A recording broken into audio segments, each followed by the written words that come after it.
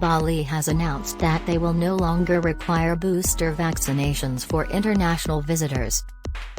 According to documents released by the Indonesian government, the changes in travel mandates that go into effect on July 17 will only apply to Indonesian citizens.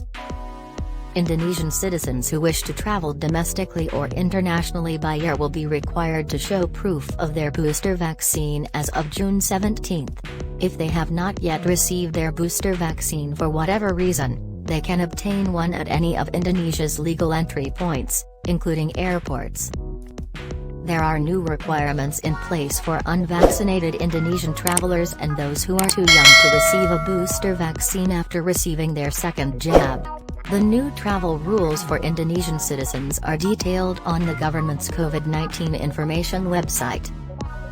Bali has confirmed that there is no change in vaccination requirements for international travelers. It remains the case that fully vaccinated travelers do not need a PCR test prior to their arrival in Indonesia. A booster vaccination is not compulsory for international travelers to Bali, but there is no issue for travelers who already have one. Border control authorities and other airport staff will continue to check COVID-19 vaccine certificates as travelers pass through the arrivals terminal.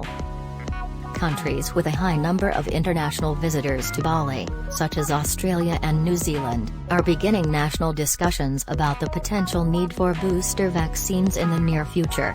Last week, Australian Prime Minister Anthony Albanese stated that booster vaccines are required for all demographics. He told the media that Australia's rollout of a booster vaccination program is a matter of urgency and an inevitable part of the pandemic at this point. The change in travel requirements for Indonesian citizens comes at a time when the government is attempting to meet vaccination targets. Booster vaccinations are only being administered to 24% of the fully vaccinated population, whereas the second vaccine is being administered to 81%.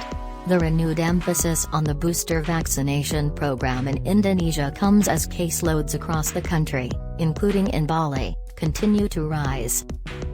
This has influenced President Joko Widodo's decision to reinstate the outdoor mask mandate in crowded public places. Only 54 days after the outdoor mask mandate was repealed, the legislation was reinstated.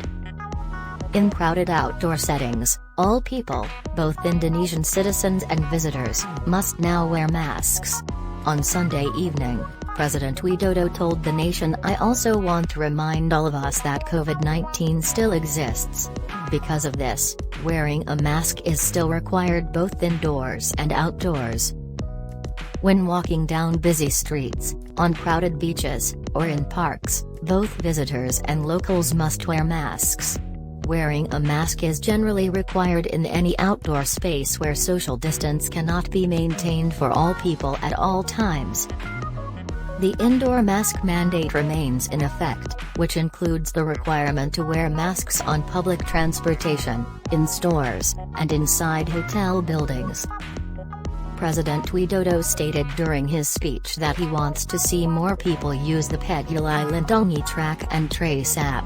Now that Indonesian citizens must present their booster vaccination certificate, venue management will most likely find it easier to get people to scan into a public space.